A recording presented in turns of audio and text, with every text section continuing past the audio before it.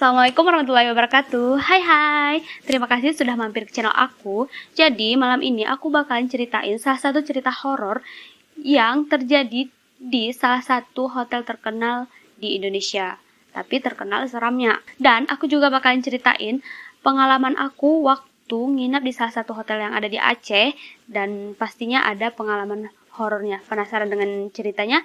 Langsung aja, go! Untuk menjaga kerahasiaan hotel ini kita sebut aja Hotel G ya, karena Hotel G ini juga masih beroperasi sampai sekarang. Nah, menurut kesaksian para pengunjung dan warga-warga di sekitaran Hotel G ini, penghuni tak kasat mata yang ada di Hotel G ini tuh sering menampakkan diri dan kayak usil kayak gitu sama pengunjung dan warga-warga di sana, menampakkan diri lah mereka. Meski telah mengalami banyak perubahan, kengerian dari Hotel G ini tuh masih sangat terkenal apalagi di kalangan masyarakat setempat.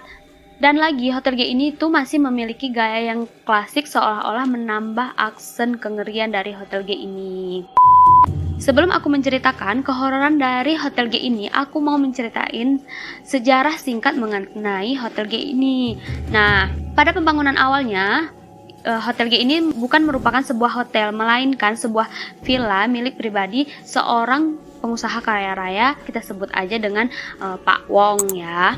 Jadi pada pembangunan awalnya Pak Wong ini ingin membangun sebuah villa mewah, megah, dan dia mengutus salah satu arsitektur terkenal yang bernama, kita sebut aja Pak Peter. Nah, si Pak Wong ini minta tolong lah sama si Pak Peter untuk merancang bangunan villanya.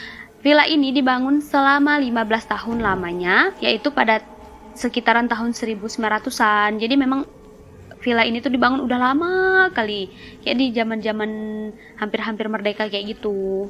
Setelah villa ini jadi kan, bangunannya udah jadi, Pak Wong ini menempatilah villa tersebut. Tapi Pak Wong beserta keluarganya menempati villa tersebut sekitar 2 tahun aja. Terus dia pindah lagi nih ke Belanda sama keluarganya kan. Nah, villa ini tuh terbengkalai lah selama puluhan tahun lamanya. Setelah berpuluh-puluh tahun lamanya, salah satu ahli waris dari Pak Wong ini menjual lah villa tersebut ke salah satu pengusaha yang ada di Indonesia. Kita sebut aja dengan Pak James ya. Setelah dijual ke Pak James ini merenovasi sedikit-sedikit villa ini dan mengubah villa ini menjadi hotel, dan jadilah Hotel G. Adapun arsitektur dari Hotel G ini terbilang sangat unik dan yang tertinggi di Asia pada zaman itu. Unsur-unsur arsitektur di Hotel G ini tuh meliputi gaya klasik Eropa, Brazil, Portugis, Belanda, dan bahkan ada kayak aksen-aksen Tionghoa kayak gitu. Karena kan pemiliknya itu, by the way, Pak James itu juga keturunan Tionghoa ya, jadi makanya ada ornamen Tionghoanya. Jadi itu dia sejarah singkat mengenai Hotel G ini. Sekarang aku mau ceritain mitos-mitos horor yang beredar di kalangan pengunjung dan warga-warga sekitar Hotel G ini. Let's go!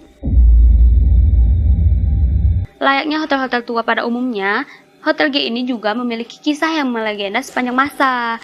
Salah satu kisah melegenda yang ada di Hotel G ini yaitu di mana di lantai 4 pada hotel tersebut pernah terjadi kasus bunuh diri yang dilakukan oleh salah satu perempuan Belanda. Ia nekat mengakhiri hidupnya karena ia mengetahui bahwa suaminya selingkuh dengan perempuan lain. Nah, karena itulah dia bunuh diri di lantai 4 Hotel G ini. Diyakini bahwa arwah dari perempuan Belanda ini tuh masih menghantui Hotel G, khususnya lantai 4 hotel tersebut. Nah, dia juga sering nih kayak menampakkan dirinya ke pengunjung-pengunjung yang ada di sana, dan bahkan menurut kesaksian salah satu warga, pernah nih salah satu warga secara nggak sengaja lihat kan ke arah lantai 4 Hotel G tersebut. Terus dari jendela salah satu kamar di lantai 4 tersebut, dia melihat ada perempuan yang berdiri nih di jendelanya. Terus setelah dia lihat lagi, tiba-tiba perempuan itu menghilang. Nah, nggak takut tuh orang yang lihat. Selain itu, beberapa pengunjung juga mengatakan bahwa pernah melihat sosok perempuan di area atap sama lantai 4 Hotel G ini. Terus waktu didekati, perempuan itu tuh berubah jadi wanita tua yang berlumuran darah. Apa nggak kaget tuh orang yang lihatnya langsung lari terbirit-birit, pengunjung yang lihat itu gitu ya, takutlah kayak mana enggak kan, lihat perempuan dikirain perempuan siapa mau nyapa, tiba-tiba berubah jadi perempuan tua yang berlumuran darah, kan ngeri. Diyakini bahwa ruang terbawah Hotel G ini merupakan salah satu tempat yang memiliki aura mistis yang paling kuat.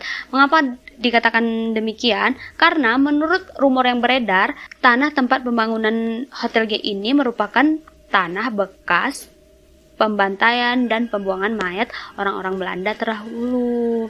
Nah, hal ini dikuatkan lagi dengan beberapa pengakuan orang yang mengatakan bahwa pernah melihat sosok manusia dengan badan yang berlumuran darah yang ada di lantai terbawah Hotel G ini. Dan yang paling terkenal adalah hantu 3 noni Belanda yang ada di lantai 3 dari Hotel G ini. Beberapa pengunjung mengaku bahwa pernah melihat sosok 3 noni Belanda ini berpakaian khas kolonialnya dan terlihat cantik lah kayak gitu. Karena itulah para pengunjung menjulukinya sebagai Three Beautiful Ghosts, karena kan mereka cantik, orang noni-noni Belanda kan cantik-cantik kan. Abis itu ditambah lagi mereka pakai pakaian khas kolonial Belanda, ya cantik lah, gimana nggak cantik kan. Makanya lah dijuluki dengan Three Beautiful Ghosts. Meskipun jarang menampakkan diri, tapi hantu 3 noni Belanda itu sering melakukan aktivitas yang mengganggu, kayak misalnya ketawa-ketikan di koridor hotel, ataupun dia suara ketawa-ketawanya itu ada di kamar tamu-tamu gitu. Ya kan mengganggu tamu-tamu di sana kan, bikin takut juga, walaupun cuma ketawa kan kita takut kan. Nah, dengan terkenalnya cerita 3 noni Belanda ini tuh membuat malah bukan orang takut, tapi kayak menarik pengunjung kayak gitu. Jadi orang kayak penasaran, di Hotel G ini ada nih 3 hantu 3 noni Belanda, aku sana mau lihat gitu, karena kan terkenal cantiknya juga kan, walaupun dan mereka nggak ganggu-ganggu kayak mana kali pun. Kalau mau menginap di Hotel G ini, ada salah satu peraturan yang nggak boleh kita langgar, yaitu tidak boleh menggunakan kamar mandi luar yang ada di lantai 3 pada tengah malam hingga dini hari. Kenapa demikian? Kalau misalnya kita menggunakan kamar mandi luar di lantai 3, kita akan mendengarkan suara tangisan anak kecil dengan wajah yang menyeramkan. Tapi versi lain mengatakan bahwa anak kecil itu nggak memiliki wajah yang seram, melainkan dia memiliki posisi kepala yang terbalik. Jadi kayak bisa, berarti ini kepala, berarti kepala terbalik kayak gini ya, ke belakang atau di bawah? Hah? Kayak mana maksudnya? Ke belakang kayaknya kan. Iya kan, berarti kalau terbalik iya kan, berarti kepalanya ke belakang gini, iya kan. Serem juga lah.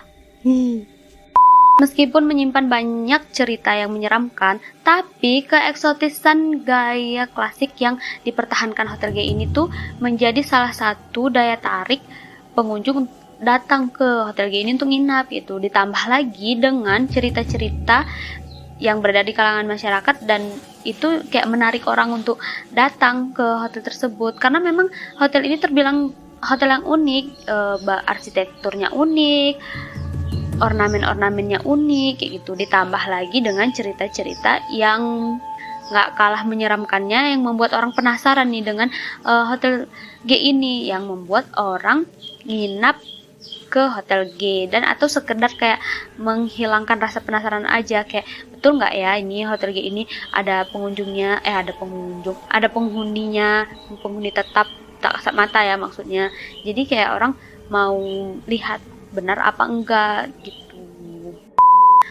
Nah, seperti yang aku bilang di awal, jadi aku juga bakalan ceritain salah satu pengalaman pribadi aku waktu menginap di salah satu hotel yang ada di Aceh. Nah, waktu itu kejadian ini terjadi pada tahun 2020 lalu, masih baru. Sebenarnya waktu itu di Aceh pandemi itu belum terlalu parah gitu. Jadi kayak masih bisa beraktivitas keluar-keluar, tapi wajib pakai masker. Jadi waktu itu aku punya salah satu kegiatan yang mengharuskan aku dan beberapa temen aku nginap di salah satu hotel gitu kan. Nah, sebenarnya hotel itu tuh emang udah terkenal seram. Jadi waktu temenku nanya, "Nop, nginap di hotel mana?" Terus aku bilang di hotel A gitu. Terus temen aku bilang, yakin mau nginap di situ? Ya mau gimana lagi? Itu kan udah disusun sama panitia kan. Yang kita kan namanya juga gratisan, ya ikut-ikut aja kan. Namanya juga nginap gratis kayak gitu. Jadi ikut. Terus kami waktu itu nginap 3 malam 4 hari.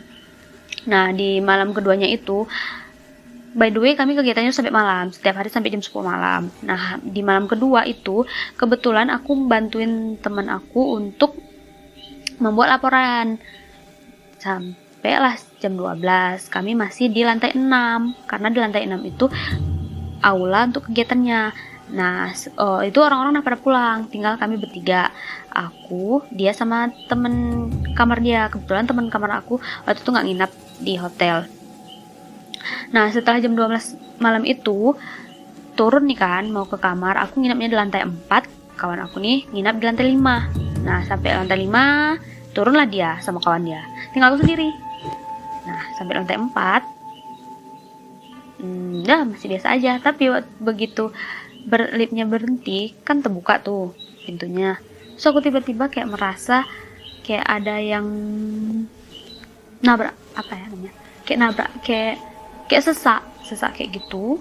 So aku mikirnya ini kayaknya karena liftnya baru berhenti. Kan kadang-kadang kita merasa kayak itu kan, liftnya baru berhenti terus kayak merasa kayak ada perasaan yang nggak enaknya lah gitu. Jadi aku kayak biasa aja. Terus jalan terus beberapa langkah aku jalan, tiba-tiba aku merasa kayak, tahu kan perasaan kok kita jalan sendiri kan kayak ada udara kan di belakang. Terus tiba-tiba kayak ada orang di belakang kita, kayak udaranya itu udah menghilang, kayak rasa, tahu kan, kayak tiba-tiba ada orang kayak itu, kita rasakan.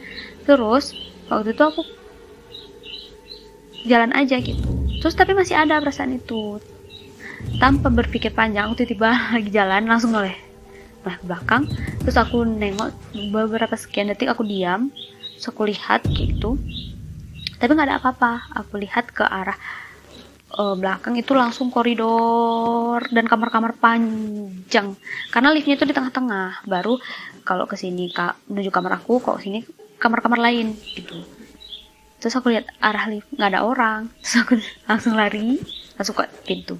Terus aku langsung bersih-bersih, langsung wudhu, langsung sholat, langsung aku istirahat kan, tidur. Beberapa menit aku pejamin mata, tiba-tiba di koridor aku dengar ada orang lari sambil teriak-teriak.